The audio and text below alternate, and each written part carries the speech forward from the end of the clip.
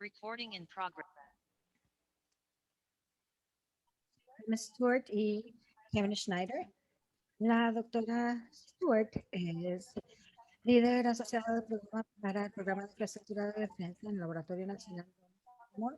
Y el doctor Kevin Schneider es el investigador principal, el ingeniero principal de investigación en el Laboratorio Nacional Pacific Northwest. Los dos han hecho este equipo para nosotros un par de veces ya. Estamos muy emocionados de tenerlos, son muy entusiastas. Emma y Kevin están cómodos de mostrar sus cámaras porque si lo hacen, preferimos hacerlo así. Les doy un segundo para hacerlo. Gracias, doctora Stewart. ¿Me puede escuchar bien? Sí. Y tenemos un poquito menos de 90 minutos para esto, para mantener el tiempo. Vamos a mandar a tener las preguntas para el final. Les podemos escuchar bien. Gracias. Hola, perdón. Mi oficina está orientada de manera lateral, así es que van a ver solo como la mitad de mi cámara. Y bueno, una introducción rápida en este momento es sistemas de distribución número uno. El inicio de este básicamente es que nosotros les contemos cuáles son los componentes, cuáles son los bloques de construcción para el sistema de distribución, cómo se ven las cosas y bueno, un tipo de guía para todo lo que van a estar haciendo el resto del día, de manera que son algunas palabras de lo que es el sistema para que puedan entender y asociarlo con un equipo en particular o un proceso o un tipo de tecnología. Usted controla las diapositivas, ¿verdad? ¿O yo?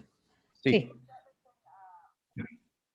Nosotros tenemos aquí 4 partes. Rápidamente yo voy a hacer una introducción antes de pasar a Kevin, que va a darnos los fundamentos del sistema. Entonces, lo básico de la electricidad, del flujo de la energía, cómo funciona, cómo se ve el sistema de energía, el equipo de distribución, los componentes, y luego yo voy a hablar un poco acerca de comunicaciones y centros, básicamente lo que podemos ver y cómo lo vemos. Y finalmente, este es un módulo nuevo que nosotros agregamos que analiza lo que son los sistemas de control de ciberseguridad, una introducción breve de lo que nosotros analizamos y cómo se relaciona con comunicaciones, con el sistema de senseo y el sistema de distribución. Nuestro objetivo básicamente es establecer la base para el resto del día para todos, que conozcan lo básico, los términos en los sistemas de distribución y para ser claro, es algo muy básico. No es para personas que conocen muchísimo acerca de los sistemas de distribución. Y las formas en que hemos hecho esto antes es que hay diferentes conocimientos en la sala, desde algo muy básico hasta ya conocimiento y datos de lo que estamos hablando. Así es. Y bueno, vamos a seguir adelante con Kevin para la primera parte de los fundamentos del sistema. Ok, siguiente diapositiva, por favor. Pido disculpas que no tengo cámara configurada porque no está habilitada mi computadora.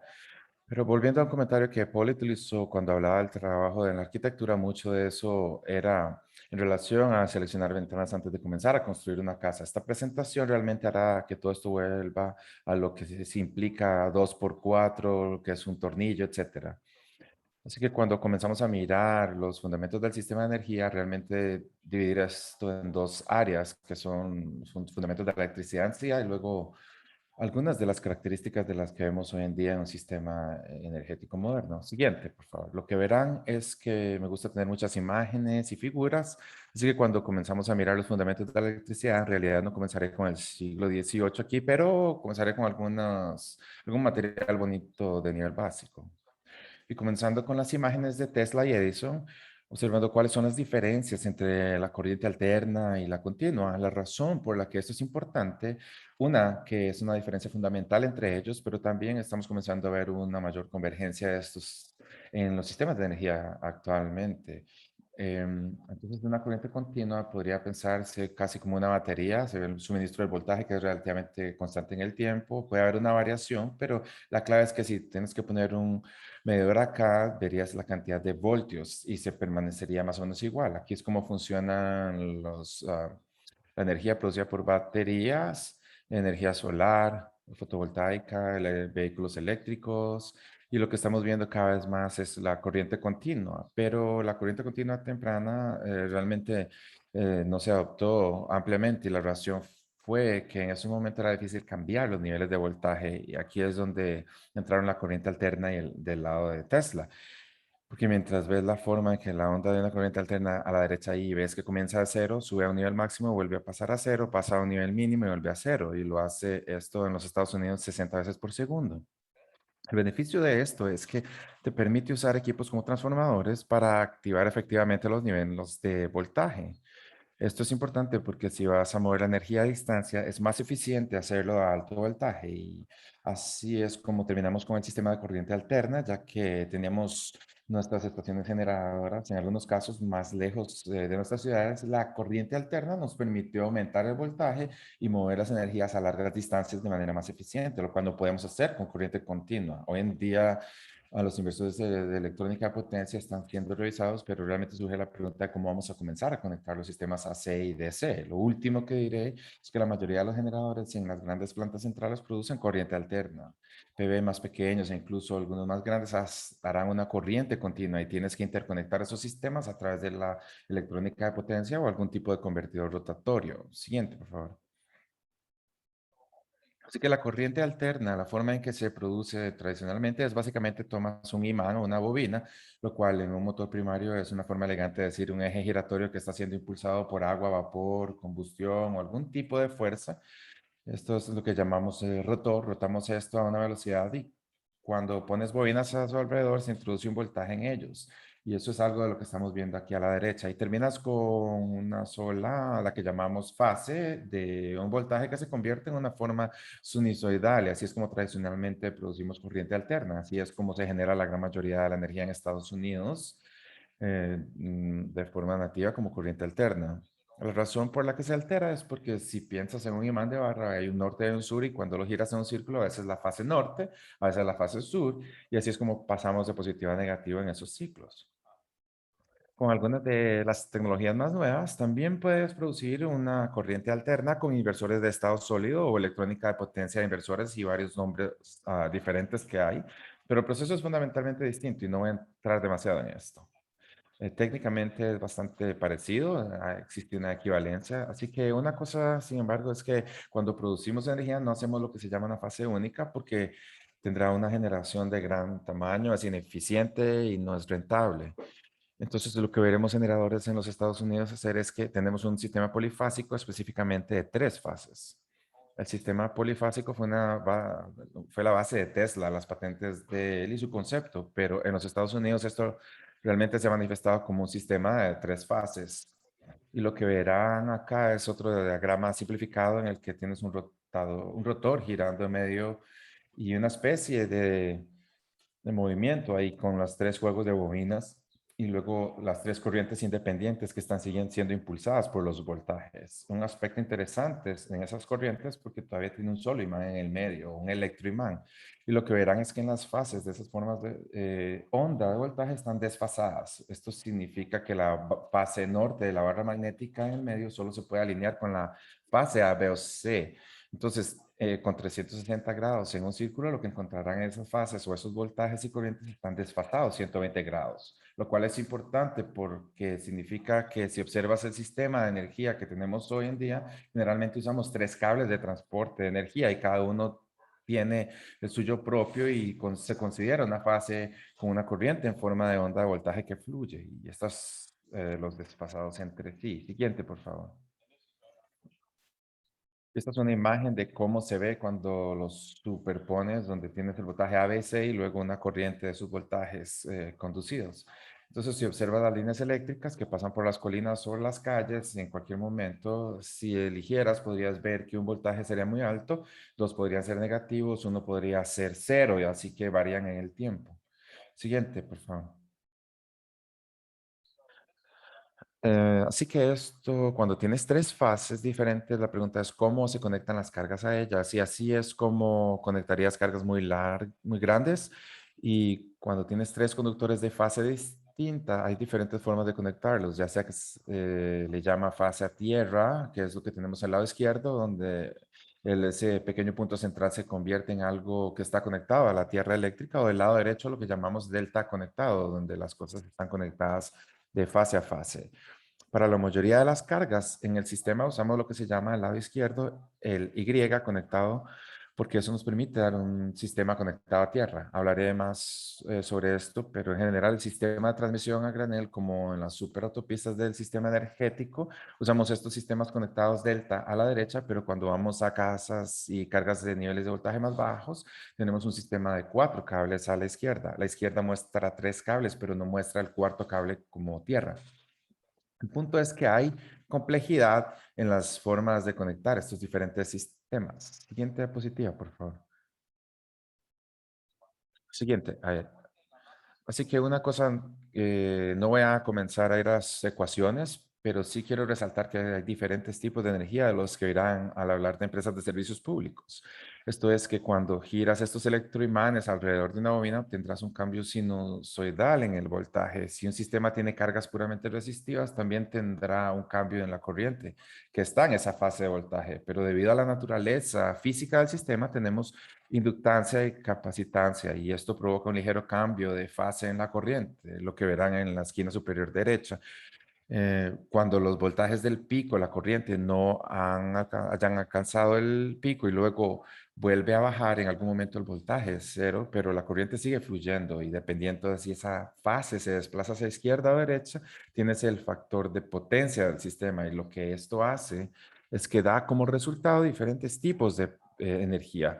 Entonces el poder activo, ese es el poder que se usa para consumir trabajo en el sentido físico. Es el que enciende una bombilla o el que moverá un ascensor. Ese es el poder activo real que queremos poder utilizar. Pero también tenemos la potencia reactiva o energía reactiva, que es la que se consume y se mantiene en los campos magnéticos eléctricos y está representada por el componente de voltaje en la corriente que se está desfasada.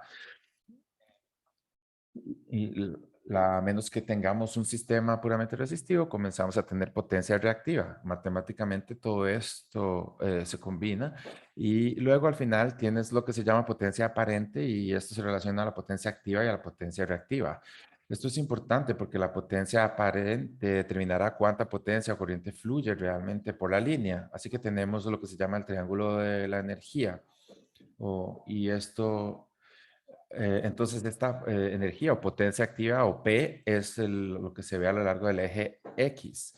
Y luego la potencia aparente es S. Esta es la razón por la que la potencia reactiva es importante, porque la potencia aparente es la hipotenusa. Si deseas entregar una cierta cantidad de potencia activa para hacer algo, mientras más requisitos de potencia reactiva tengas, aumentarás el valor de la potencia aparente. Y a través de estas ecuaciones, lo que ves es que se requiere más corriente. Entonces, la conclusión aquí es que si tienes demasiada potencia reactiva en tu sistema, requieres más corrientes en las líneas, lo que significa caídas de voltajes más grandes, o se necesitan más conductores, lo que se convierte en un sistema más complicado.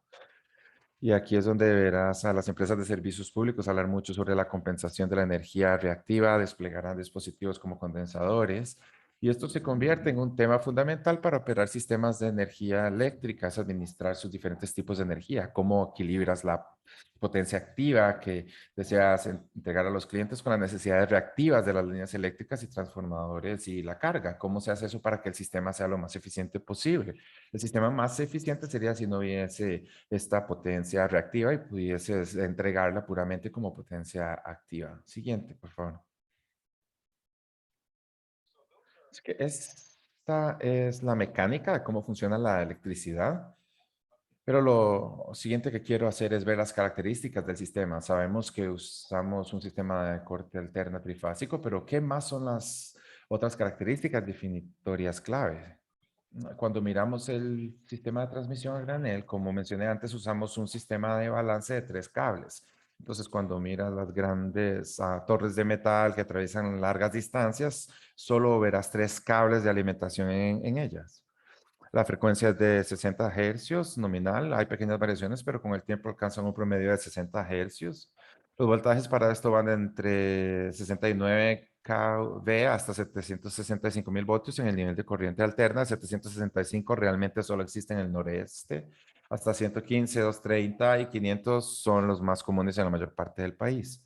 Aquí es donde está moviendo la energía durante cientos y incluso miles de millas en algunos casos, primordialmente es todo conductor aéreo.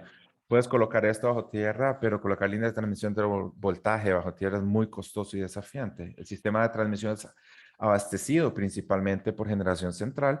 Esto es del orden de cientos y miles de megavatios, por lo que comienza a entrar en el rango de los gigavatios. Incluso cuando tienes energías renovables conectadas a nivel de transmisión, estás hablando de múltiples eh, parques solares y eólicos de 100 megavatios. Este sistema funciona como una red, lo que significa que es un sistema de malla con múltiples rutas en el sistema, y esto es muy importante tanto para la confiabilidad como para la resiliencia, porque si pierdas un elemento no debería causar una pérdida de carga, y esto se conoce el criterio como de N-1. La mayor parte de la generación en el país está ligada a nivel de transmisión y estamos comenzando a ver un nivel de distribución, pero actualmente es principalmente una transmisión. Las características operativas son que eso tiende a estar regulado a nivel federal porque se empieza a hablar de comercio interestatal. Ahora, hay algunas excepciones notables como Alaska, Hawái, partes de Texas, pero en su mayor parte, NERC y FER, o el Consejo de Confiabilidad Eléctrica de Estados Unidos, a través de la Comisión Reguladora de Energía Federal, tiene una descripción general para esto. Hay modelos de propiedad mixta, como el de American Electric Power, pero también tienen organizaciones federales como la Administración de Energía de Bonneville. Si bien existen efectivamente tres sistemas energéticos interconectados en Estados Unidos, en realidad son una gran máquina eléctrica con más de 100 entidades operativas interconectadas llamadas autoridades de equilibrio que lo administran. Entonces esto se convierte en un sistema muy complicado debido a los diferentes aspectos técnicos, sino también en porque cómo dividimos organizacionalmente esto como sociedad. Si piensas en el sistema de transmisión a granel como las superautopistas, los sistemas de distribución se vuelven más como los caminos rurales. Aquí es donde una vez que mueves la potencia a granel en una región, la bajas para usarla. Así que yo vivo en Seattle, por lo que tenemos una serie de alimentadores clave de 230 kV que llegan a la ciudad y luego se reduce a un nivel de distribución. Por lo general se trata de sistemas desequilibrados de cuatro cables, y esto significa que tenemos tres conductores de energía, pero también tenemos un neutro conectado a tierra. La razón de esto es que nos permite tener laterales monofásicos y bifásicos. La razón de esto es que no tenemos, a diferencia de Europa, no tenemos energía trifásica para nuestras casas. Tenemos tres cables de alimentación, pero es fundamentalmente distinto. Estamos limitando la energía de un conductor monofásico y eso es lo que enciende tu casa. El beneficio de los laterales monofásicos y bifásicos es que le permite servir áreas con poca carga. De esa manera no tienes que colocar tres conductores de energía en todas partes, lo cual es eficaz y rentable. Todavía funciona a 60 hercios, que es impulsado principalmente por el sistema de transmisión, pero los niveles de voltaje suelen estar por debajo de los 50.000 voltios, siendo 1247 el más común. A este nivel observas niveles de menos de 100 megavatios y por lo general una distancia de menos de 20 millas. Tienes un voltaje más bajo, por lo que no quieres mover la energía tan lejos. A nivel de distribución, debido a que los voltajes son un poco más bajos, tienes una combinación de líneas aéreas y subterráneas, y estas son suministradas por los sistemas de transmisión y subtransmisión. Si bien el sistema de transmisión se opera típicamente en forma de radio, lo siento, los sistemas de distribución de naturaleza red, por razones de costo, generalmente son operados por un operador radialmente. Si ingresas a una área urbana y suburbana, puedes interconectar cosas, puedes cambiar, pero a veces no hay circuitos adyacentes desde los que te puedes alimentar, por lo que puedes tener un solo circuito que sale en área rural. Y si hay alguno, se rompe ese circuito en cualquier momento, todos los clientes pierden la energía. En cuanto a la generación, históricamente ha habido una generación mínima, pero eso está comenzando a aumentar porque estamos viendo más energía solar fotovoltaica. Desde los puntos de vista operativos, se trata de servicios públicos regulados, pero son mucho más complicados. Existen diferentes modelos de propiedad. Puedes tener servicios públicos municipales, propiedad de inversores, las cooperativas rurales, que son muy comunes. Aquí en el estado de Washington y Oregon tenemos distritos de servicios públicos. Y nuevamente, esto sigue siendo parte del mismo sistema interconectado, el sistema de transmisión. Ahí tienes tres redes interconectadas diferentes, pero todas alimentan los distintos sistemas de distribución que se encuentran debajo. Eléctricamente todo es un sistema, pero organizacionalmente está mucho más dividido. Entonces tenemos algo del orden de unos pocos miles de empresas de distribución que reciben servicios de diversas empresas de transmisión. Siguiente diapositiva, por favor. Kerry, ¿debería tenerme para hacer unas preguntas en este momento? Sí, pero vamos a hacer una pausa para preguntas. Yo no veo ninguna que haya llegado a través del chat, así es que creo que, bueno, estamos sacando el segundo conjunto de diapositivas aquí para usted. Nada más para que la audiencia lo sepa, esto es parte de la capacitación donde los ingenieros se sienten excelentes de que ellos pueden salir y porque ya conocen todas estas cosas y ustedes van a ver pronto que no necesariamente es así, ¿verdad?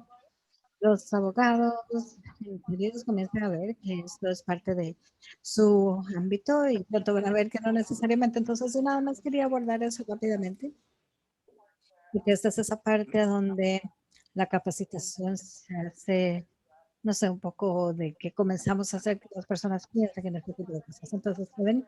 Sigue, tú adelante, sigue. Yo soy parte 2, sigo siendo yo. Muy bien, entonces pasamos directo a esto. Gracias a todos. Así que acabo de dar una descripción general de algunos de los grandes conceptos operativos, pero lo siguiente es analizar los equipos claves específicos que existen y por qué son relevantes. Siguiente diapositiva, por favor. Y para hacer eso, quiero ver los dos elementos del equipo de la subestación y el equipo de distribución. Esto realmente se está enfocando en los 50 kV o 50.000 voltios y por debajo del nivel. Estoy pasando por encima del nivel de transmisión acá. Siguiente, por favor. Cuando miras las subestaciones, son quizás una de las piezas más importantes del sistema eléctrico. La razón es que son las próximas a las grandes instalaciones generadoras. Son las siguientes ubicaciones más grandes para los activos de capital. Aquí es donde tenemos algunos de los equipos más grandes y costosos y los equipos que si fallan tienen el mayor impacto en el sistema. Siguiente, por favor. Y cuando miras a los sistemas de distribución, su función es, ¿cómo lo expreso?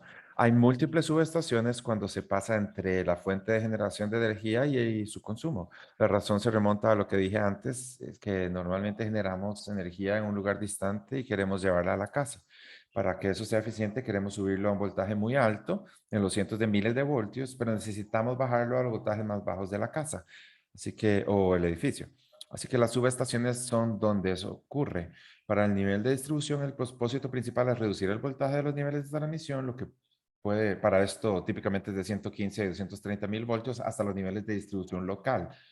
Eh, estos suelen oscilar entre 4.2 a 34.000 a 500 voltios, en el lado secundario siendo 12.47 el más común. Y esto probablemente sería alrededor del 90% de los circuitos en Estados Unidos, pero todavía hay una serie de voltajes heredados de 4.2 kV voltios más bajos y luego algunas empresas utilizan 13.2, 13.8, 24.9, lo cual se convierte en una compensación. Cuanto más es el voltaje, menores son las pérdidas, más eficiente es, pero también los equipos pueden ser más costosos. La razón es que necesitas distancias más grandes para espacios libres y más aislamiento. Y la razón que necesitas estas distancias es por eso. Siguiente, por favor. Entonces, dentro de la subestación, el equipo más caro es el transformador de la subestación. Y estos son ejemplos de algunos con los que me he encontrado a lo largo del tiempo. Estos son los equipos clave porque toda la energía que llegan al sistema de distribución y por lo tanto las cargas de uso final tienen que pasar por este equipo. Estos son grandes equipos de capital que se espera que duren más de 30 años, en algunos casos incluso más de 50 años. Uno de los mayores contribuyentes a la degradación y falla de estos equipos es la sobrecarga de la unidad. Y hablaremos de esto a medida que lo veamos más adelante, pero desde una perspectiva de planificación esto no es tan fácil como parece, porque si se trata de un equipo que podría estar en funcionamiento durante 50 años, cuando lo pones en funcionamiento por primera vez, ¿qué carga deberías ponerlo? Porque sabemos que el sistema cambiará en el tiempo, por lo que se verá a menudo que los transformadores cuando entran por primera vez pueden estar ligeramente cargados, pero con el tiempo pueden experimentar diferentes puntos y eso afectará la vida útil del equipo y esto es aquí es donde se ve mucho el trabajo que se lleva a cabo en el ámbito de la planificación y esto se relaciona con muchos otros problemas centrales en las operaciones del sistema de energía. Siguiente, por favor. Una vez que sales afuera, hay varios equipos, otros equipos dentro de la subestación, pero en realidad la transmisión, lo siento, el transformador es la clave, que lo baja a un voltaje todo lo suficiente como para moverse a una distancia moderada, entre 10 y 20 millas, pero no lo suficiente para el consumo. Por lo que tenemos que mover la energía a lo largo de esta región local y esto requiere una buena cantidad de equipo para hacerse. Siguiente. Cuando comienzas a mirar la pieza clave del equipo, lo que tienes son los conductores para mover la energía alrededor de los transformadores, porque vamos a tener que mover el voltaje o cambiar el voltaje un poco más, dispositivos de control de voltaje, mantener el voltaje dentro de los rangos aceptables es importante para la vida útil, pero también para no dañar el equipo del cliente. También debes de tener dispositivos de protección y luego varios interruptores para reconfigurar el sistema también. El primero de ellos son las líneas aéreas. Estos son solo algunos ejemplos de las diferentes formas que puedan adoptar. Desafortunadamente elegí todas las líneas trifásicas aquí. No elegí ninguna lateral de fase simple o doble, pero estoy seguro de que algunos han visto que a veces solo verás una línea aérea y luego un conductor neutro que se esconde más abajo. Pero las líneas aéreas son mucho más comunes que las líneas subterráneas, principalmente por razones de costo. Por lo general están hechos de aluminio y acero. A veces ves cobre, pero el cobre tiende a ser más caro. Así que en su mayor parte estos son cables conductores desnudos, lo que significa que no hay aislamiento en las líneas aéreas, por lo que si algo entra en contacto con él, ahora tendrás contacto con hasta 34.5 mil voltios de la Tierra, que es así como lo que tenemos como obtenemos las fallas en el sistema. Cuando entras en contacto, esta es una falla y las cosas más comunes que causan eso son la vegetación, animales, en algunos casos las personas. Los servicios públicos colocan a veces revestimiento negro cuando hay vegetación ligera, pero no está destinada a compensar el contacto continuo, pero puede ayudar un poco y esto, sin embargo, agrega peso y costo. En algunas aplicaciones la gente quiere líneas subterráneas, a veces se entierran directamente, a veces están en conductos o bóvedas, como verás en la parte superior derecha, y estos se utilizan en lugares donde tal vez tengas muchas fallas momentáneas, áreas muy ventosas, a veces áreas urbanas donde las líneas aéreas no son prácticas. De hecho, esa parte superior derecha es una parte de un núcleo urbano donde no necesariamente se pueden ejecutar líneas de servicios públicos por la calle. Y luego a veces a las comunidades simplemente no les gusta lo visible o las imágenes de las líneas aéreas y quieren tenerlas bajo tierra, pero el problema es que cuesta entre 5 o 10 veces más y ese es el desafío. Además, si tienes líneas de bajo subterráneas directas, es posible que las fallas no sucedan con tanta frecuencia, pero si hay una falla, localizarla puede ser mucho más difícil por lo que los tiempos de restauración pueden ser significativamente mayores, lo cual es una consideración para los clientes. Siguiente, por favor. Una vez que mueves bien la energía por el sistema, la siguiente es, ¿cómo hacemos llegar la energía a los clientes reales? Eso somos tú y yo en nuestras casas. A veces tendrás lo que se llama clientes primarios, que podrían ser clientes industriales o comerciales, que traerían voltajes primarios de 4.2 a 34.5 a la casa o el edificio, pero la mayoría de ellos tendrá un cliente secundario. Y estas imágenes de la parte superior derecha son ejemplo de lo que puede servir a tu casa. Estos transformadores se denominan transformadores de servicio secundario y suelen durar más de 50 años, algunas veces más. Y así es como pasamos de un sistema monofásico del sistema trifásico al sistema de 3 hilos en la casa o 3 cables en la casa. Para las personas que han hecho algún cableado en su casa, tiene uno blanco, uno negro y una tierra. Lo que utilizamos en una casa, la diferencia es que son 3 cables, pero no todos llevan energía.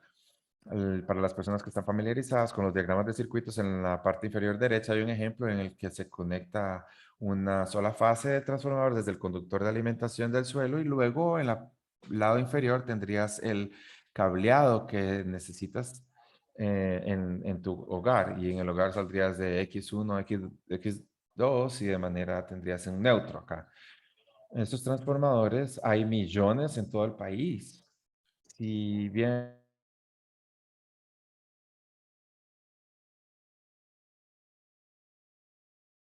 Siguiente, por favor.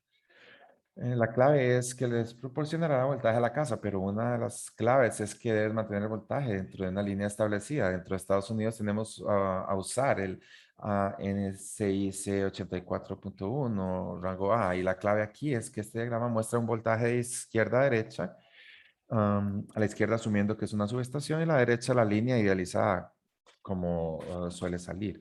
Y debido a las diferentes cargas en el sistema, lo que ves es que el voltaje comienza a caer. Otro aspecto clave es que veremos acá que a medida que cambia la carga del sistema, el voltaje también puede variar. Y así durante la noche no hay mucha carga en el sistema, por lo que puede ser una carga más alta. Sin embargo, el voltaje más alto al final del circuito, a medida que se carga, comienza a descender para tener un voltaje más bajo. Siguiente.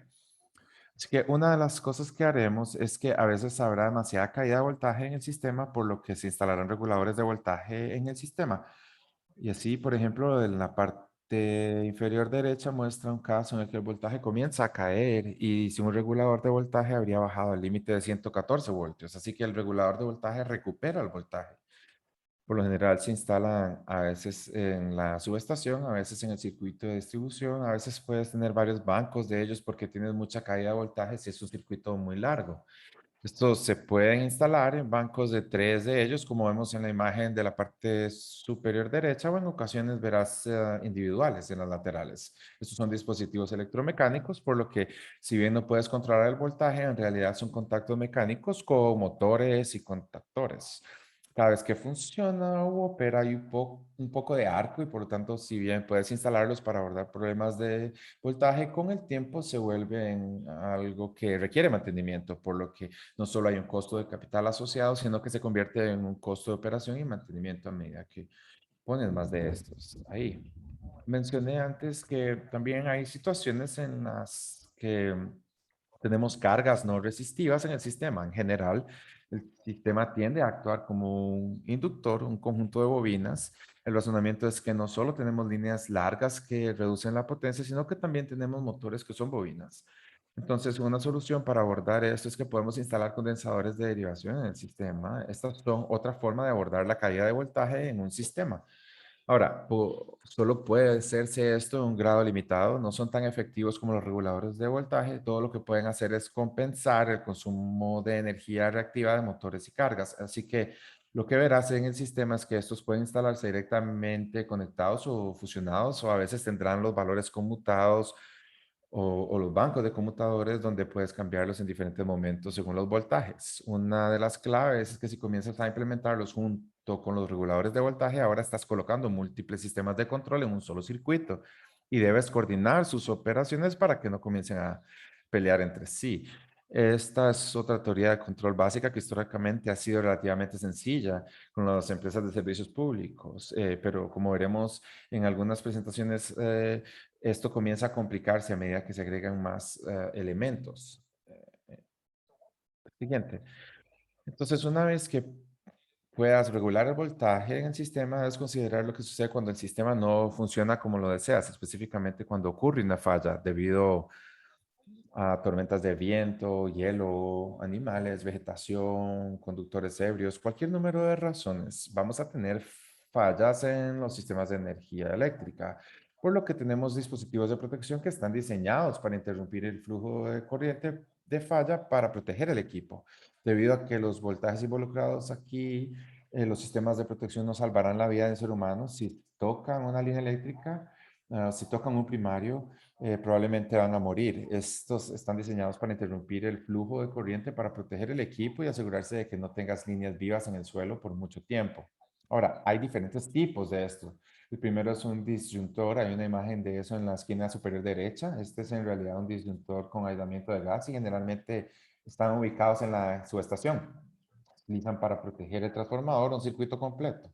Cuando ocurre una falla, se abren. También se pueden operar de manera remota. Quizás uno de los dispositivos más interesantes se llama el reconectador. Es similar a un interruptor, pero tiene la capacidad de abrirse y cerrarse más de una vez, por lo que la clave es que sabemos que algunas fallas son momentáneas. Hay una diferencia. Lo que quiero decir es que hay una diferencia entre una falla eléctrica cuando una línea eléctrica está en el suelo y cuando un cuervo está picoteando un aislante y se electrocuta. Esta última es una falla momentánea que solo está allí por un minuto y luego se borra, por lo que la idea de un reconector es que esté cerrado durante el funcionamiento normal, ve una falla, se abre, pero se volverá a cerrar automáticamente luego para ver si la falla persiste. Esto generalmente se opera en un escenario de 3 a 5, lo que llamamos un escenario de disparo. Funcionará 3 o 5 veces. Si aún ves la falla después de eso, se bloqueará. Estos son muy importantes para la confiabilidad porque no quieres tener una situación en la que una empresa de servicios públicos tenga que hacer rodar un camión o enviar un camión cada vez que un pájaro aterriza en una línea eléctrica. Debería decir que cada vez que aterriza un cable eléctrico, los pájaros pueden sentarse en una línea eléctrica sin problema. Y así, al ponerlos en el sistema, en realidad toma lo que sería una falla permanente y la convierte en una falla momentánea, lo cual es más eficiente para la resiliencia y confiabilidad. Los reconectores son bastante costosos, los más nuevos son botellas de vacío, por lo que son más pequeños. Hay equipos basados en microprocesadores internamente. No es rentable colocarlos en todas las cargas del sistema, por lo que verás un uso más común son fusibles donde se conectará un fusible a cada transformador de servicio secundario de su sistema. Los fusibles son como los que puedes haber visto en casas o automóviles más antiguos. Es solo un enlace fusible que cuando se empuja demasiada corriente a través de él se abre. No hay forma de volver a cerrarlo y un equipo no se puede, se habría que reemplazarlo. Por lo tanto, estos son elementos fundamentales de dispositivos de protección del sistema. Ligeramente en contraste, los dispositivos de protección, debo decir, mientras que un dispositivo de protección puede reconfigurar un sistema abriéndose y cerrándose, los interruptores también pueden hacer la misma función, pero no están diseñados para interrumpir la corriente de falla. Así que su función principal es proporcionar aislamiento eléctrico y esto podría ser para mantenimiento, donde la cuadrilla entrará, se abrirá para trabajar en un transformador, en un tramo de línea y podría cambiar manualmente diferentes secciones del conductor u otros circuitos, pero no son dispositivos protectores. Si ocurre una falla, continuarán permitiendo que la corriente de falla pase por ahí. Cuando lo tienes en una subestación, se puede usar para reconfigurar manualmente la ubicación de qué circuitos son alimentados por qué transformador y se puede aislar varios equipos. Realmente se usa para mantenimiento. A nivel de distribución, una vez que sales al circuito, se pueden usar para reconfiguración manual de un circuito o un alimentador. El problema es que requiere un equipo completo y eso puede llevar mucho tiempo hacerlo. Durante una gran tormenta con muchos árboles derribados, dependiendo de dónde vivas, podría llevarles horas llegar a tu lugar si las carreteras no están despejadas. Ellos se pueden utilizar como parte de una estrategia de reparación, pero tienen un tiempo de espera de funcionamiento mucho más significativo. Y luego los interruptores también se pueden controlar de forma remota, al igual que los interruptores a través del control de supervisor o la adquisición de datos o el sistema SCADA, aunque por lo general tienden a no funcionar bajo carga porque, como dije, no están diseñados para interrumpir la corriente de falla. Son simples interruptores y por lo tanto opera esos bajo carga y pueden ser dañados. Una gran ventaja de ellos es que son rentables, mientras que un reconector costará decenas de miles de dólares y puede costar mucho montarlos en el sistema. Estos son mucho más económicos y requieren menos mantenimiento. Estos son algunos de los dispositivos básicos que comenzaremos a usar para conversaciones futuras. Como dije, estos son una especie de elementos básicos, básicamente del sistema y ahora se avecinan, en otras conversaciones hablaremos sobre cómo planificar y cómo utilizarlo. Eso es todo. Está bien, gracias, muchísimas gracias. Tenemos un par de preguntas rápidas, tres de hecho. La primera es, ¿qué es un distrito de servicio público? Creo que es el territorio de servicio. ¿Me puede confirmar? Kevin. Lo siento, no entendí la pregunta.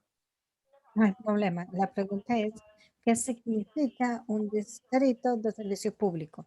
Yo creo que es el territorio de servicio. Pues como mencioné, en un distrito de servicios públicos es algo que existe en Washington y Oregon y son solo una forma de servicios públicos. Se formaron debido a la historia de la energía en el noroeste, donde las empresas de servicios públicos independientes habían suministrado energía a algunos clientes, pero no habían hecho un gran trabajo y como ya estaban siendo atendidos a las cooperativas rurales, no se les permitió entrar y formar su propia asociación. Así que los distritos de servicios públicos se aprobaron como un acto legislativo que permitió a las comunidades unirse, reclamar un dominio inminente y formar un distrito de servicios públicos para los clientes.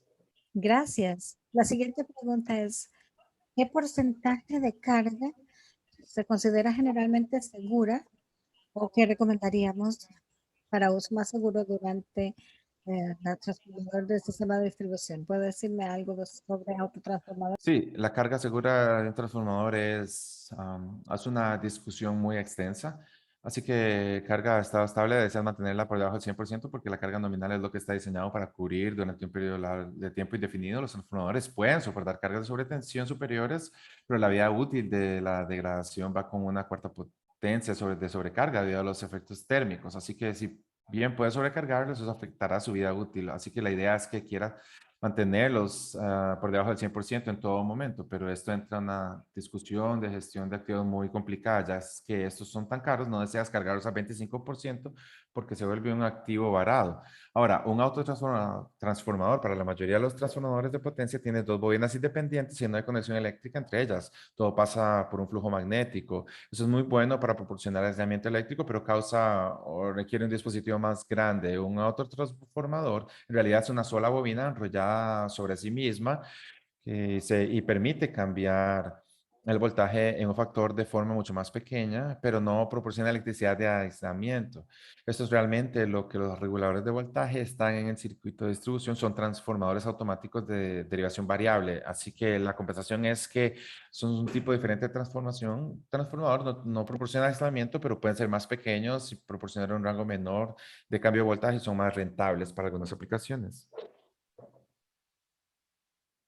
Muy bien, vamos a pasar a la siguiente presentación de Emma y luego vamos a ver si hay alguna pregunta al final. Ok, yo se lo paso a Emma. Hola, bueno, rápidamente les voy a dar un par de introducciones de cómo enviamos los componentes en la matriz y cómo los comunicamos. Entonces, Kevin ha hecho una excelente introducción a qué son todas las piezas que se unen en esto. Yo les voy a dar introducción básica de cómo lo medimos. La primera diapositiva. Bien, básicamente se trata de senseo y medición y lo que estamos tratando de hacer aquí, como tenemos el punto de medición correcto para poder tomar acciones. Escuchamos mucho acerca de la necesidad de tener información accionable para los operadores y clarificadores y lo que vamos a llegar básicamente es una ruta diferente, pero para cada componente no importa si es transmisión, distribución, en algún punto estamos midiendo esa respuesta eléctrica del sistema, estamos midiendo la conducta de los electrones en el sistema o la conducta de algún tipo de componente que pasa al punto de conexión y al punto al sistema de electricidad, dispositivo de medición, aplicaciones, analítica, en fin. En muchos casos comunicamos los datos, en otros casos los mantenemos a nivel local y luego los traducimos en algo útil que alguien en el Departamento de Planificación de Operaciones puede utilizar y las acciones que pueden tomar con esa información. Entonces, una introducción básica que cuando yo digo senseo y medición, de eso es de lo que estoy hablando. Aquí nos hablan también acerca de cosas que hemos escuchado yo al principio, acerca de cosas como proyecciones del sistema, cambios en la naturaleza de las cargas. Esas son algunas mediciones básicas de un parámetro, sea radiación o radiación solar en el sistema, no solamente lo que es el voltaje y la corriente que está pasando por el sistema también. Siguiente diapositiva. Entonces, las comunicaciones pueden apoyar todas las diferentes cosas en el sistema, desde las operaciones en tiempo real a la planificación. Yo extendí esta discusión de su versión original un poco aquí para enfocarme un poco más en lo que es la comunicación del sistema. Entonces, se ha hablado mucho acerca de esto, que estamos comunicando, cómo nos comunicamos, qué tan buenas son esas redes, qué significa todo eso realmente. Y cuando nosotros lo medimos, cómo lo llevamos a las personas correctas, a los sistemas correctos y qué hacen ellos con esta información. Entonces, aquí tenemos que la telecomunicaciones esencialmente apoya todos los diferentes niveles del sistema, todo desde lo que es control de monitoreo en tiempo real, los ruidos de protección, estatus de comunicación, gestión de energía, gestión de cortes de corriente, la comunicación con los medidores inteligentes, todo esto que tiene que ver con las funciones de automatización. Mucho de lo que Kevin también habló tiene que ver con funciones electromecánicas que responden directamente a una indicación en el sistema. Por ejemplo, la protección que se va a dar sin necesidad de cualquier tipo de comunicación al resto del sistema. Parte de eso tiene que ver con cosas como la ciencia, también seguridad, que es esencial. Entonces, perder el sistema es más importante en algunos casos que alguien pueda salir lastimado, por ejemplo. Entonces, nosotros tenemos documentos de investigación, aplicaciones avanzadas aquí que las empresas pueden usar tanto para las comunicaciones públicas y privadas. Así que tenemos aquí un ejemplo donde tratamos de instalar un nuevo sensor tipo, un tipo de sensor con PI en una subestación remota, una ubicación bastante interesante. Y la playa, pero básicamente no había comunicación con la subestación que pudiéramos utilizar para ese tipo de sensor. Entonces, para poder medir este sensor acústico avanzado que tenemos aquí, la empresa va a tomar un circuito de AT&T para llevar los datos al laboratorio, en este caso en particular, y poder analizar así esa corriente de datos. Existen fibras en diferentes empresas, líneas de fibras de otras empresas, algunas son más avanzadas que otras, cambia drásticamente con base en lo rural versus otro tipo de redes en la ciudad, pero realmente no hay un modelo específico que se aplique de la manera de plano en todo el sistema. Siguiente.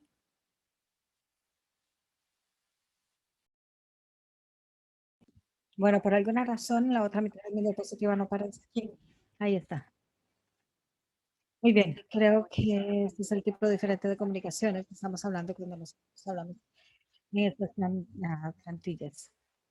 Bien, hay diferentes comunicaciones que podemos utilizar en Nutrix, como ya les dije, depende de si estamos en sistemas de generación grandes o si estamos ahí simplemente para control de transmisión mientras de monitoreo de las plantas. Entonces estamos hablando de información de las plantas aquí donde ustedes pueden ver el estatus de una máquina o el estatus de un gran generador que reporta ya sean medidas internas o a un operador independiente del sistema, por ejemplo.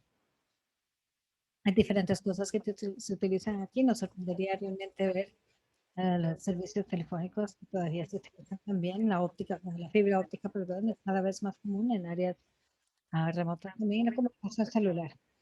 Comenzamos con este tipo de discusión donde hay un sistema de línea de energía que básicamente tiene estas líneas para transmitir ciertas cantidades de información.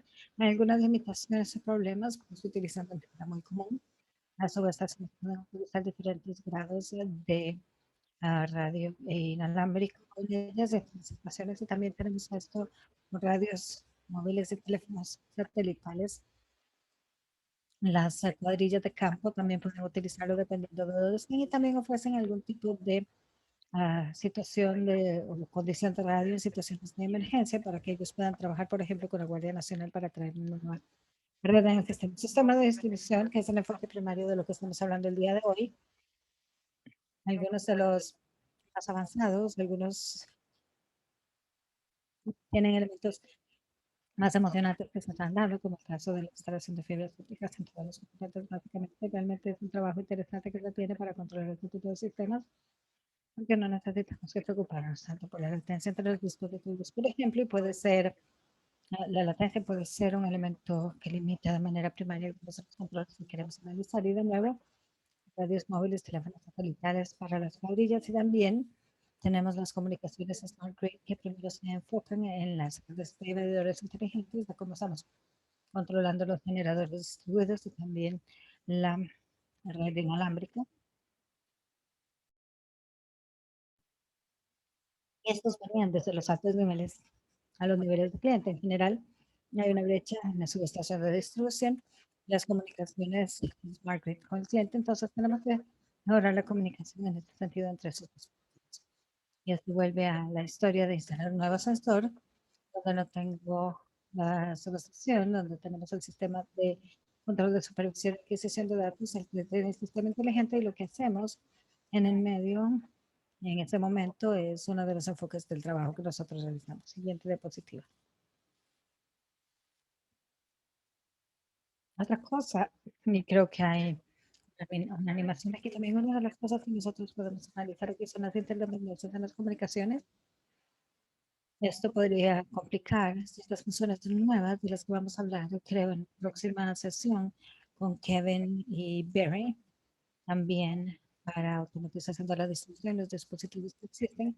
Algunas de estas dependencias son grandes y extremadamente útiles y algunas pueden provocar problemas con lo que ocurre cuando tenemos un corte energético. Entonces, estos son casos singulares donde la comunicación es tanto limitante como útil tenemos que tener esta en la distribución y nos imaginamos que tenemos un sistema donde necesitamos comunicar las cosas entre los componentes para poder detectar, aislar las fallas y para la operación remota por parte de los operadores. Si comenzamos a perder energía, los mismos sistemas de comunicación en diferentes casos van a tener problemas para enviar algunos comandos operativos. Y entonces podríamos tener problemas con que los medidores inteligentes puedan reportar en el sistema. Pero en algunos casos estamos utilizando un tipo de sistema de arco iris. Si tenemos problemas de comunicación, realmente no podemos comunicarnos con esos dispositivos. El despliegue de estrategias de comunicación para sesión de la matriz inteligente es algo que requiere un grado de análisis y planificación en el estado actual y también para el futuro en el sistema para poder desplegar las aplicaciones avanzadas y realmente construir esa capacidad. Siguiente diapositiva.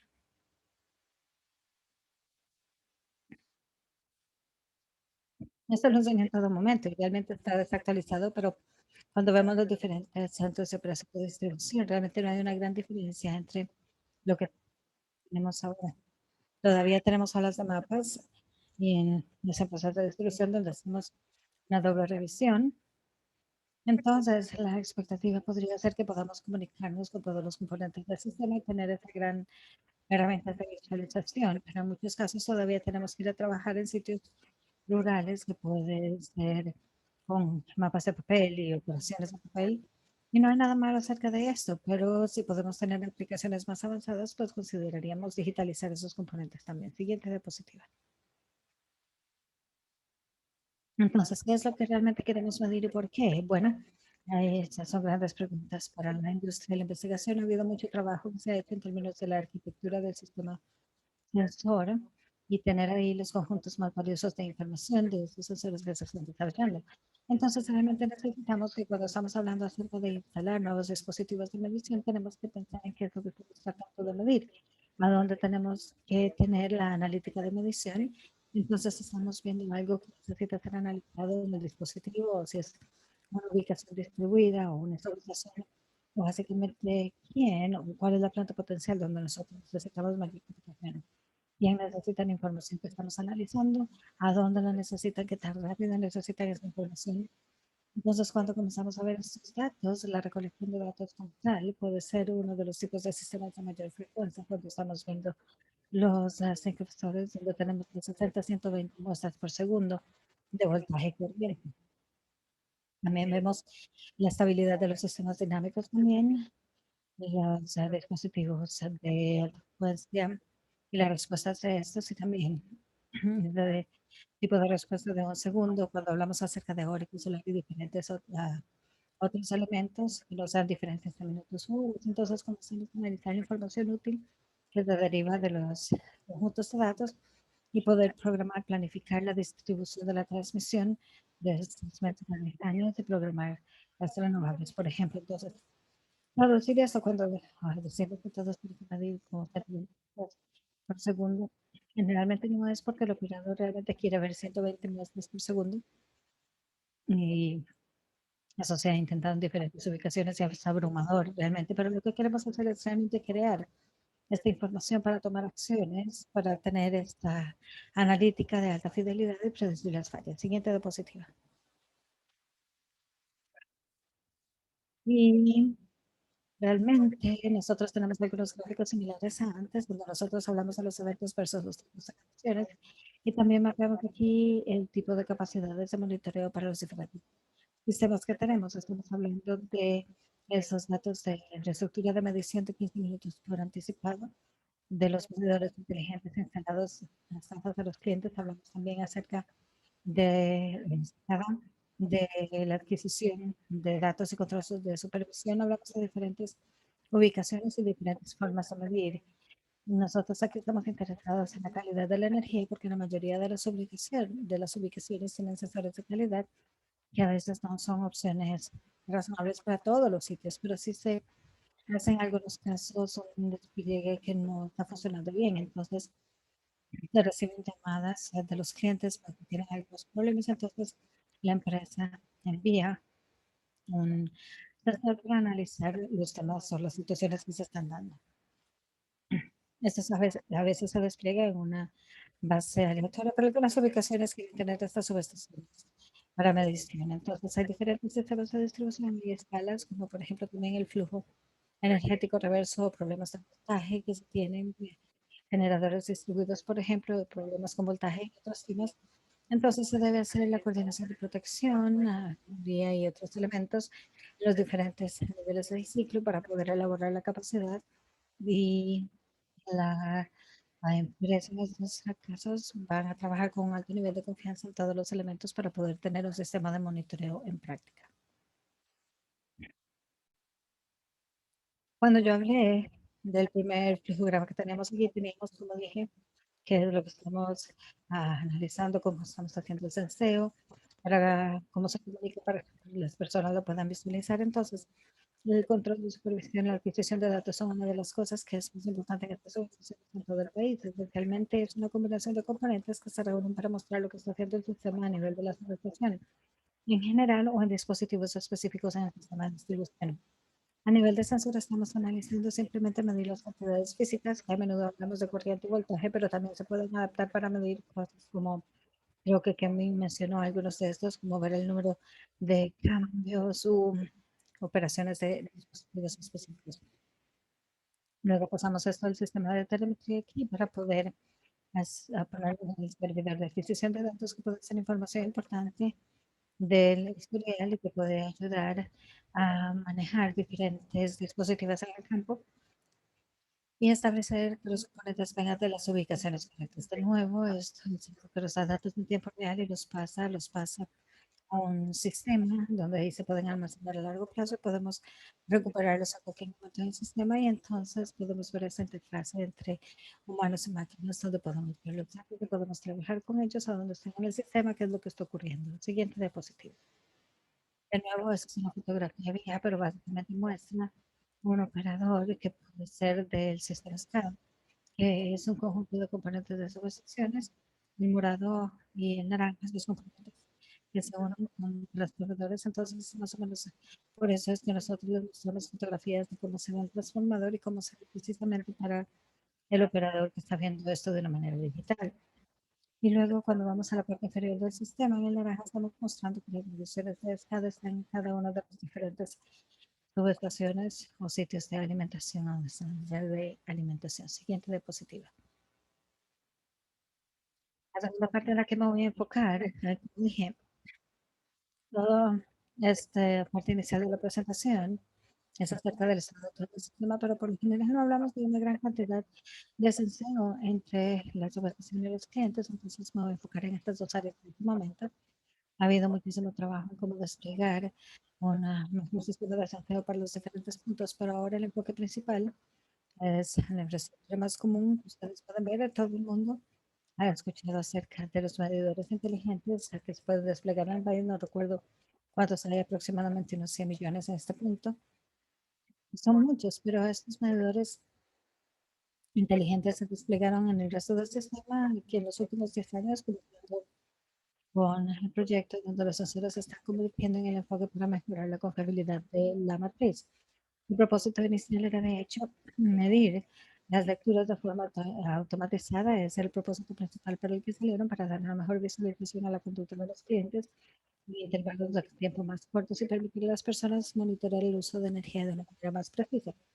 Entonces comenzaron como la actividad física, pasando voltaje y uso en intervalos de 15 minutos a la empresa. Eso se reconcilia para la facturación y los clientes reciben un tipo diferente de factura que muestra más detalle que lo que están haciendo. También les ayuda a dar un poco de asesoría a los clientes de cuál podría ser o cuál es el uso pico de energía que deberían estar haciendo para poder reducir eso que quisieran. Los medidores tienen que reportar de vuelta el punto de acceso varias veces al día, por ejemplo, 3 veces al día. No están generando la información continuamente a menos que se establezca una política para hacerlo.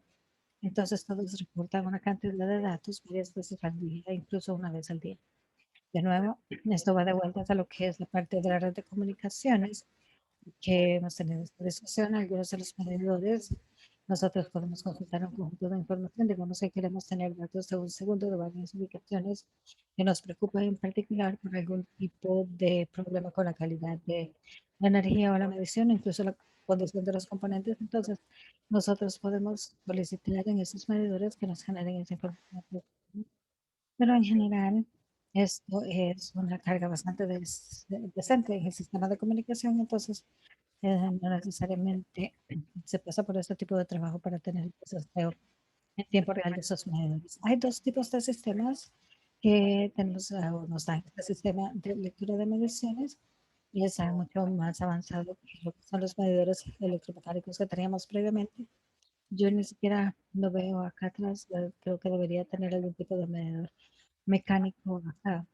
Esto lo tomé de una de las empresas con las que estamos trabajando, pero básicamente ya estos no existen.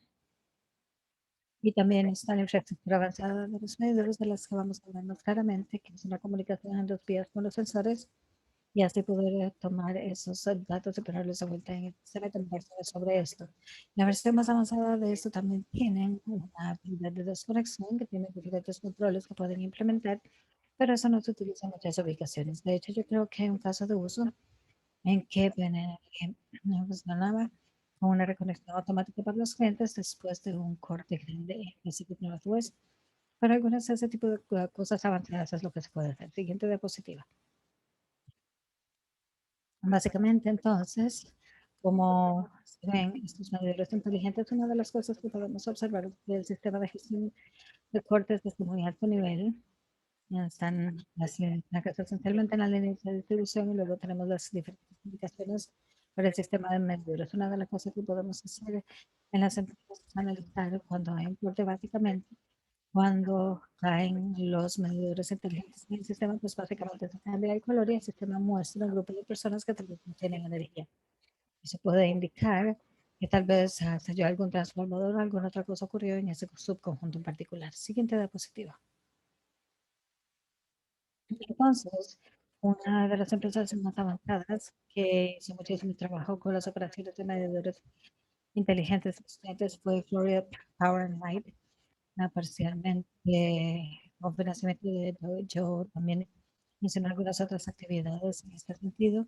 A través de su matriz inteligente, los trabajadores del campo hicieron cosas como poder ver, por ejemplo, qué era lo que había ocurrido en un iPad o un dispositivo móvil frente a ellos en lugar de tener que sacar mapas de papel o una laptop grande y con comunicaciones de vuelta con central. Entonces, esencialmente estamos hablando de un sistema que establecieron que tiene una conexión directa con el sistema de medidores electrónicos en tiempo real para ayudar a la restauración, a la confirmación de las ubicaciones de fallas. Y una de las cosas interesantes que teníamos en una de las aplicaciones es que se podían ver prácticamente los datos de voltaje de los medidores inteligentes y se permitía ver que había varios componentes que tenían datos de voltaje erróneos que estaban co-ubicados como un tipo de transformador de un fabricante y resultó que todos tenían un problema en particular y eso significaba que se tenía que reemplazar en cualquier momento. Entonces es una visualización básica de lo que puede estar ocurriendo y la idea es poder integrar para poder analizar las diferentes situaciones que se pueden presentar. Siguiente diapositiva. Esas son algunas lecturas adicionales en cada una de estas diapositivas. Yo también puse algunos otros enlaces que las personas pueden ver si quieren leer más acerca de las cosas más avanzadas que están ocurriendo para tratar de mejorar esto y algunos de los elementos relacionados con los que se refieren a él. Uno de mis proyectos es un análisis de varios datos. Creo que hay un reporte aquí también en términos de integrar los datos de Senseo para las herramientas de modelado también. Básicamente este es el grupo de Senseo. No sé si hay alguna pregunta aquí. Sí, hay una pregunta rápida sobre los medidores inteligentes. La pregunta dice, ¿pueden estos medidores inteligentes identificar las ubicaciones de las fallas en el sistema de distribución y reportarlas automáticamente rápidamente a la empresa? Y luego, ¿significa esto que los medidores inteligentes hacen una comunicación en ambas vías? Ah, bueno, la respuesta para todos siempre es depende de qué tipo de falla, depende de cualquier problema que se está dando. Hay formas, de nuevo, depende del nivel de analítica que ustedes tienen sobre todo esto, pero muchas veces cuando respondemos preguntas sobre medidores inteligentes que tenemos que decir que depende.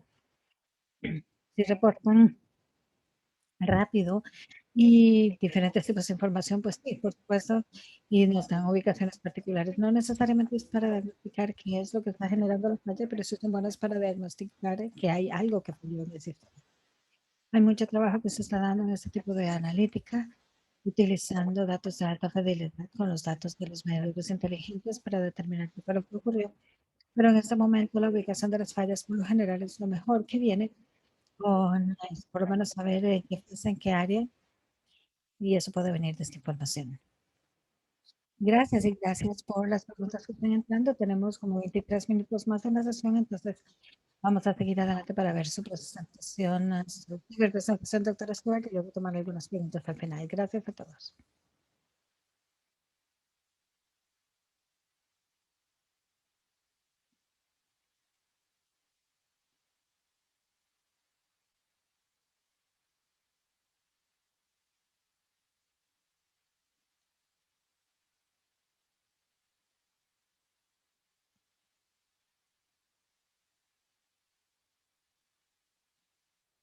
Ya viene, no se preocupe.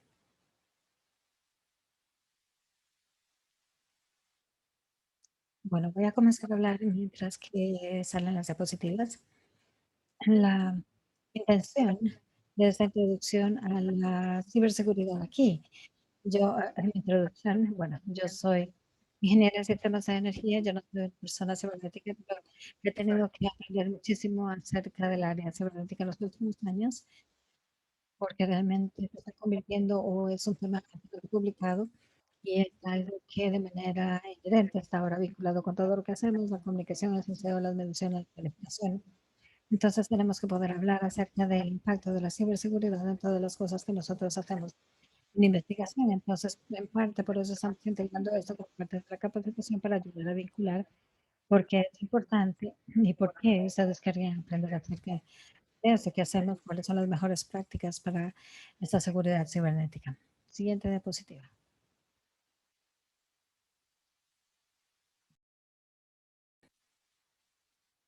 Esto tal vez no esté claro, pero yo sé que las personas probablemente han leído y han visto varios de los ciberataques que han ocurrido.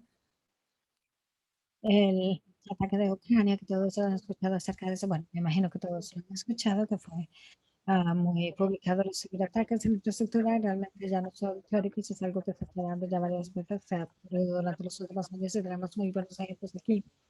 En este que no, algunos de ellos son más serios que otros, y particularmente cosas como, por ejemplo, el ataque en el aeropuerto, que fue un adolescente jugando con sistemas, el Bowman Dam, no sé, tal vez tiene un poco más de sentido cuando lo veamos. Gracias. Hay un ataque muy publicado, muy interesante que ocurrió en Blumenau, en la ciudad de Nueva York, donde creemos que eso generalmente fue un ataque que pretendía hacerse un sistema mucho mayor, pero ellos trataron de enfocarse en la dirección equivocada. Y también lo más interesante, más reciente del que vamos a hablar de Clayton, ataque Clayton, donde generalmente es el primer ataque de que se ataca de manera adversaria a un sistema que podría tener el impacto como pérdidas humanas. Entonces, los ataques son cada vez más serios. Hay muchos más de los que están ocurriendo, básicamente más de lo que se habla en las noticias. Y es un tema interesante. Escuchamos mucho acerca de las cosas que se hacen, diferentes nombres de los ataques, diferentes cosas, como malware en general. Básicamente, estos son rastreados y el impacto que tienen por lo general se evalúa. Pero es algo que se hace más frecuente, es algo que se hace más serio conforme vamos avanzando, conforme crecen las capacidades en diferentes jurisdicciones. También en la siguiente diapositiva, aquí tenemos testimonio público de hace como un año donde se habla de las capacidades del intento en la Rusia y China de mejorar infraestructura y estos temas no podrían ser de sobre información pública, entonces esto se traduce a algunos resultados serios, un problema público que tiene que ser discutido, porque se está tratando de matar la infraestructura para razones nefastas. Entonces, de hecho, no tengo que poner estas secciones aquí abajo porque me hace más complicado, perdón por eso. Siguiente diapositiva. Hablando de lo básico, de lo que realmente significa la ciberseguridad para la matriz. Era mi primer paso de aquí. Yo acabo de hablar acerca de estas comunicaciones. Entonces, dentro de esto tenemos dos tipos de redes. Hablamos de la red de tecnología de la información y la red de tecnología operativa. Y nosotros podemos tratar con ellos a nivel de la cibernético. TI es por lo general los sistemas de negocios. Las empresas ingentes de servicios básicos, estamos hablando de sistemas administrativos, por ejemplo,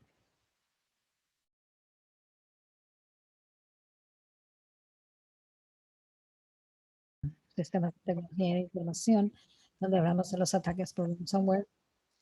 Entonces, ahí en general maneja diferentes datos de diferentes partes, mientras que es un proceso y la maquinaria para todo eso. Hablamos acerca de las redes operativas y aquí realmente nos importa más los sistemas en tiempo real. La latencia generalmente no es un caso aceptable y pueden ser sistemas redundantes. En la red hoy, de nuevo, podemos ver que esta red tiene más un enfoque en lo que nosotros hacemos. La seguridad humana siempre es lo primero que les interesa y las redes no son procesos destructivos intolerantes a las fallas. Básicamente aquí estamos hablando de la continuidad de la seguridad y la tolerancia a las fallas para las personas reales, pero sí, cuando hablamos de los sistemas de control industrial, por general hablamos acerca de la red. Entonces tienen diferentes requisitos, diferentes prioridades, diferentes riesgos y las condiciones que se utilizan para la ciberseguridad de TI realmente no se mapean directamente. Son procesos esenciales para mantener el sistema de TI seguro. Algunas veces se pueden vincular en el largo de tiempo, pero se tiene que considerar para la parte de ciberseguridad de los sistemas también.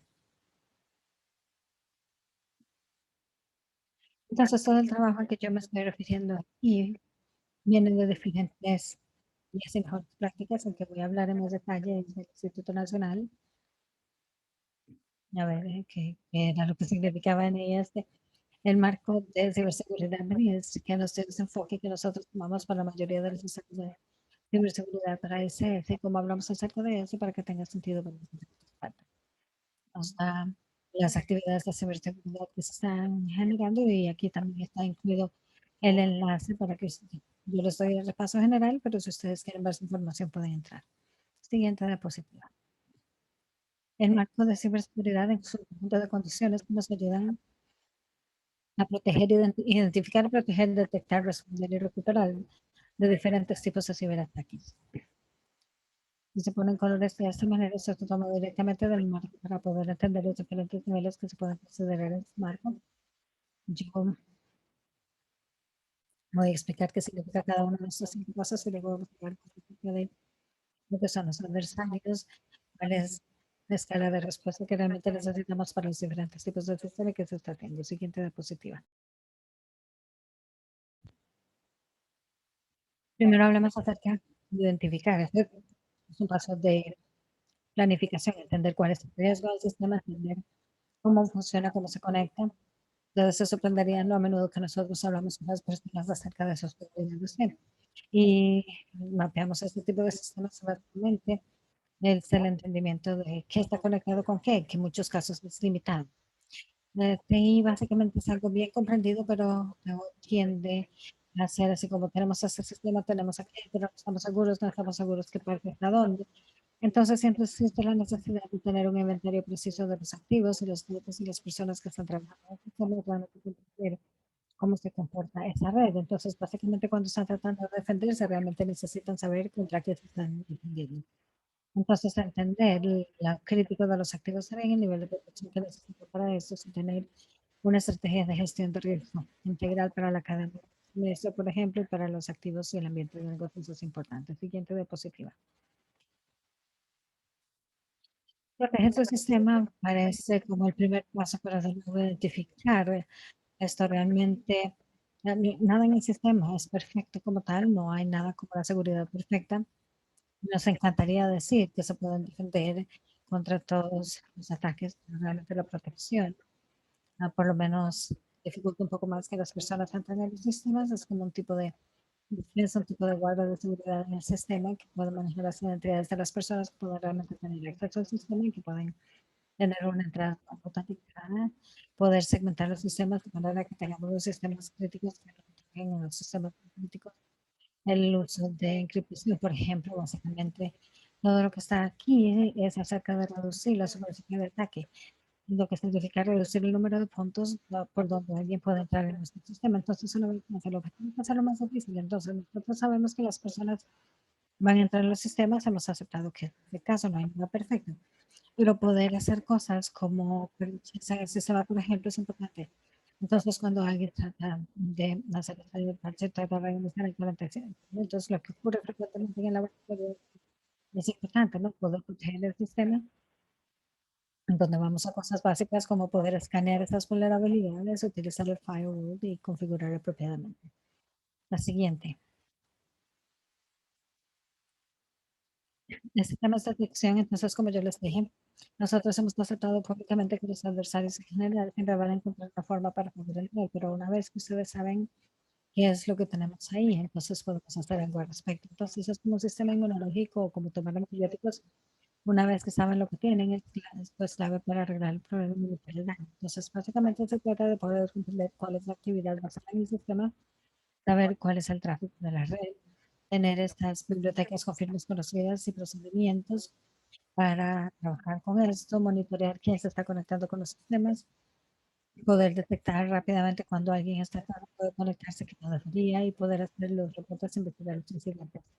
Lo que es importante aquí es poder tener las firmas, poder tener condiciones conocidas que puedan ser reportadas a otras ubicaciones. Entonces, si ustedes tienen un incidente en particular que ocurra, ustedes pueden pasar por el centro de ciberseguridad para responder y decirles a ellos qué es lo que ocurre. Y eso se puede pasar a lo que es la comunidad de la inteligencia y entonces ellos pueden obtener más información de lo que está ocurriendo y habilitar las cosas para que mejoren los sistemas de otras personas. También es un trabajo en equipo entre diferentes personas, pero la detección oportuna de las cosas que están ocurriendo, los procesos de firmas de la detección de anomalías realmente nos pueden dar un buen inicio para poder prevenir este problema y evitar que cause más daño. Siguiente diapositiva. Entonces, básicamente, este punto de respuesta tiene que ver con cómo estamos mitigando. De nuevo, yo hablé acerca de intercambio de información a través de PISA, que básicamente es una CHS en ciberseguridad y esa infraestructura considerada como el gestor de riesgo para o asesor de riesgo para ese tipo de cosas. Entonces, tenemos que planear todo esto, tenemos que tener un plan de respuesta, poder ejecutar esto, que cuando algo ocurra sepamos cómo responder y asegurarnos de que no se va a diseminar al resto del sistema y el negocio, como siempre, puede continuar. Si ustedes encuentran algo en el sistema, tienen que hacer análisis forenses en aquellas cosas y ver cómo se responde con capacitación y planificación para el sistema. Parte de eso también tiene que ver con mitigar las vulnerabilidades recién identificadas. Y de esto voy a hablar en unos minutos más, pero no siempre sabemos exactamente cuál es nuestra vulnerabilidad. La vulnerabilidad es una brecha en nuestro muro que las personas pueden entrar a través de esa parte del sistema. Tenemos que entender el alcance del compromiso que tenemos para poder entender a dónde tenemos estos proyectos. Entonces es importante saber cómo vamos a responder a los ciberataques, cómo analizar lo que ha ocurrido y luego realizar las mejoras en el sistema para que esto no ocurra de nuevo. Todo esto es clave para tener un plan de respuesta adecuado para un ciberataque. Siguiente. Entonces, finalmente, ¿cómo nos recuperamos realmente de este tipo de eventos que nos pueden ocurrir? Entonces, el mundo está cambiando, como ustedes saben, nosotros hemos hablado acerca del DR en el sistema, hemos hablado acerca de formas de automatizar las respuestas, automatizar la recuperación utilizando diferentes herramientas del sistema de producción. Pero cómo nos recuperamos realmente de un ciberataque es algo que está cambiando y estamos convirtiéndonos o teniendo más inteligencia sobre lo que estamos haciendo. Entonces, poder reiniciar un sistema de energía, el objetivo en este caso siempre es, imagínense, es que no tengamos un ciberataque que puede ocurrir en todas partes. Entonces, si eso ocurre de manera física, entonces no estaríamos tan, no sé cuál es la palabra, no necesitaríamos nuevos planes para ver cómo ocurre eso de la manera física. Los operadores y las empresas saben cómo proteger sus sistemas y pueden hacer diferentes cosas. La clave básicamente es poder reconectarse de manera segura con todos los componentes y poner la carga de vuelta a los clientes. Entonces, el plan de recuperación es un poco diferente. Creo que todas las personas que están en capacitación de seguridad conocen acerca de estos elementos, tienen que saber exactamente qué ocurre, qué puede ocurrir para saber cuál sería la respuesta de los cibereventos. Y tiene que haber una pausa a donde el lado de la energía se exactamente que se está reconectando, pero también que se piense cómo se recupera podemos limpiar el sistema para eliminar todo lo que está infectado. No se trata solamente de reconectar y esperar por lo mejor, sino que no queremos que se reinfecte todo lo que está ahí. Tenemos que analizar el aspecto de seguridad y reconectar el sistema porque no queremos reconectar el sistema comprometido, un generador que esté afectado.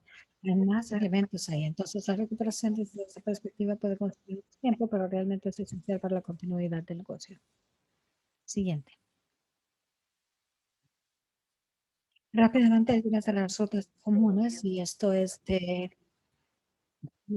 el Departamento de Ciberseguridad en los Estados Unidos, las estrategias de profundidad de cosas que ocurren comúnmente, la conexión directa con Internet en diferentes dispositivos IP. Y ustedes se sorprenden todas las cosas que tenemos de Free Tweaks que provocan problemas. Pero las personas que conectan diferentes cosas que realmente sus dispositivos pueden hablar con el sistema, y entonces eso genera un problema. Bueno, algunas de las cosas que hacer es tener credenciales de acceso remoto, a veces son robadas de los usuarios autorizados de ataques en interfaces externas donde estamos con algún tipo de aplicación, un servidor externo. Y luego también tenemos la parte interna del sistema que se puede ver afectada. Entonces, la inserción de medios móviles infectados, esto es con dispositivos USB, por ejemplo, que se conectan y luego también por correos phishing.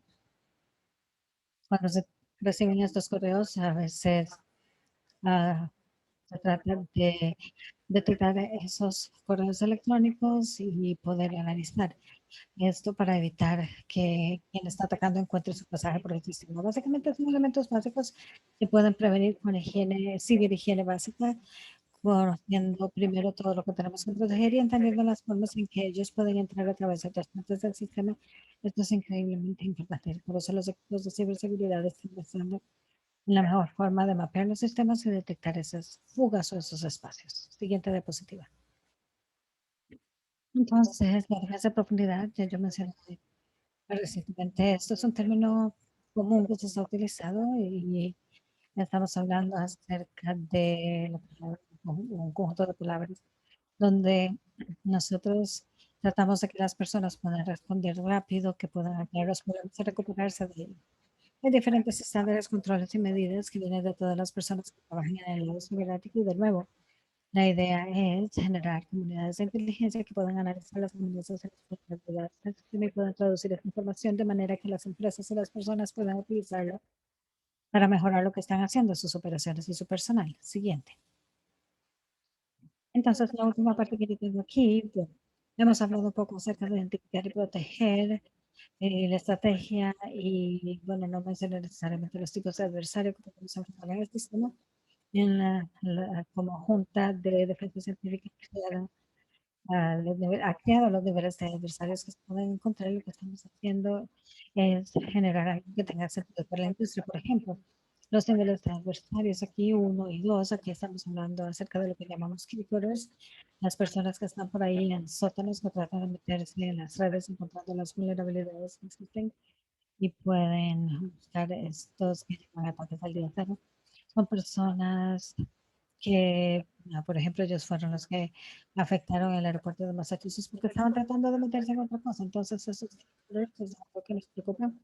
Hay diferentes niveles de adversarios, hay algunos casos más serios donde ellos analizan las vulnerabilidades, no es nada más utilizadoras que son ya publicadas, y 5 y 6 son aquellos que no necesitan esas vulnerabilidades, que simplemente ellos las pueden crear. Entonces, cuando nosotros hablamos de los diferentes niveles que tenemos aquí, también vemos algunos pasos y las diferentes tecnologías que se pueden utilizar para poder cumplir esto. El nivel de adversario número 1 y 2 probablemente es la donde cae la mayor parte, el 90% de los problemas, que de nuevo son las áreas de protección, detectar, responder y recopilar. De nuevo, cosas como higiene, ciberhigiene básica de la protección, no poner dispositivos USB, por ejemplo, sistemas antivirus para detectar qué es lo que está ocurriendo, mitigación manual de las amenazas y planificación previa. Todo esto es muy importante. Y son cosas que tenemos que tener en la industria, tener reglas cibernéticas y proteger a la industria. De esta manera trabajan con las compañías antivirus y diferentes tipos de tecnología que vienen de la industria comercial.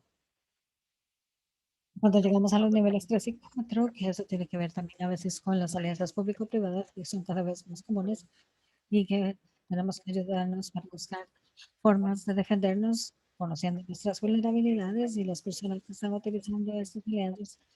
Tenemos que hablar acerca de las herramientas avanzadas para encriptación, agregación de datos, detección de amenazas y también el análisis forense del sistema.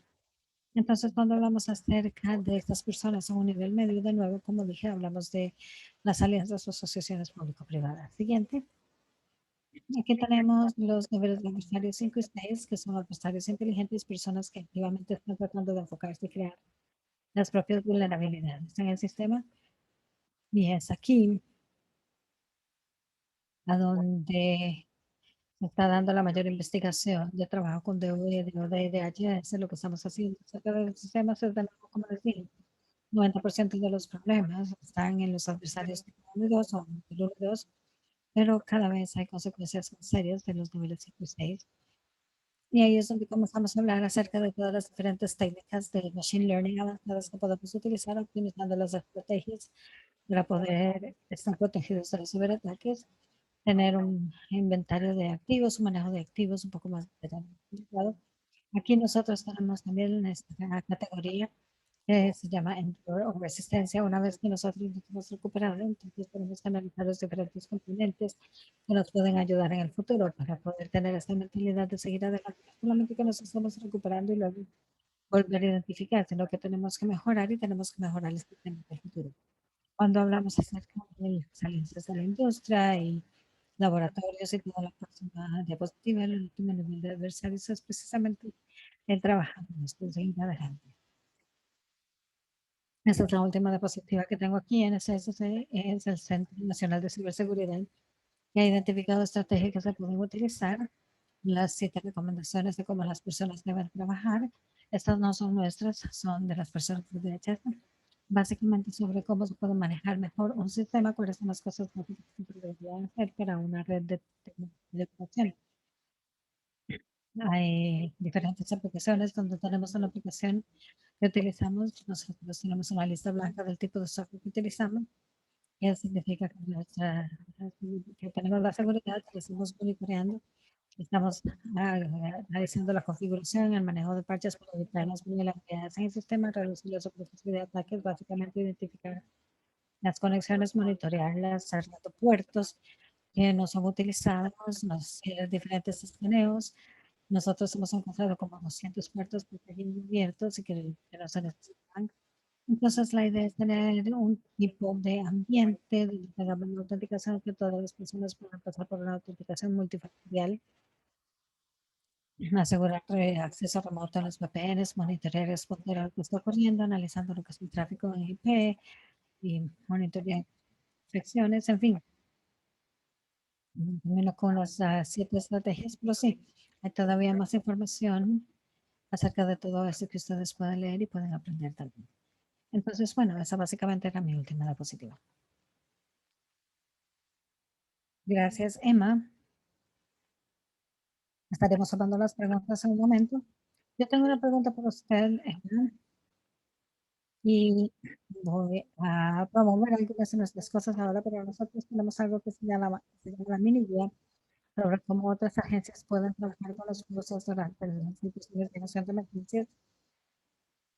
Yo lo puse en la carpeta que se les entrega y también tenemos una cantidad o un grupo de personas, bueno, un grupo de 2 personas, las personas que están dedicadas a la ciberseguridad y a la infraestructura crítica, pero también tenemos una gran cantidad de recursos ahora y que van a salir más allá de utilizar y apalancar recursos. Entonces, ¿qué es lo que pueden hacer las comisiones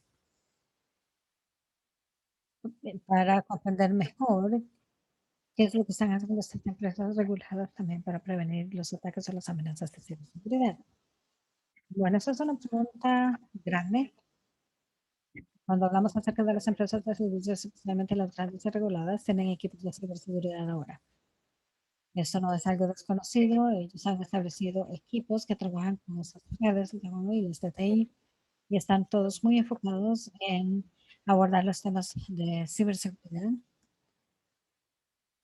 Una de las cosas que la mayoría de ellos está siguiendo el trabajo de Suiza, que tiene el enlace aquí, generalmente siguiendo lo que están haciendo ellos, leyendo acerca de las diferentes alertas y los boletines que vienen para ver qué es lo que está ocurriendo. Y bueno, eso lo hacen con regularidad. Lo que es probablemente más interesante es que las empresas no necesariamente tienen todos esos componentes, entonces muchas de estas personas o cibernéticas van a las diferentes conferencias para ver qué están haciendo para proteger los sistemas. También otras tienen discusiones a puertas cerradas. Es un desafío verdaderamente, como nosotros podemos tomar estas lecciones aprendidas de las empresas reguladas y las podemos pasar a aquellas más pequeñas que no necesariamente tienen los mismos recursos. Bueno, hemos tenido una gran discusión de cómo poder averiguar lo que están haciendo, pero también hay mucho que se hace a través de APPA y ese tipo de personas para traducir esa información. Entonces, hay muchas lecciones aprendidas de las empresas grandes que están pasándose a estas empresas más pequeñas para desarrollar estrategias, cosas que han aprendido a hacer con base en los eventos que les han ocurrido. No estoy seguro si eso es como la mejor respuesta, pero es un desafío para el trabajo que todos estamos haciendo. Sí, muchas gracias, lo agradecemos. Antes de ir al receso, nada más quería aclarar que hay 7 estrategias claves enojadas en la pantalla en este momento. La número 5 está 2 veces, pero sí están las 7. Ay, sí, perdón por eso.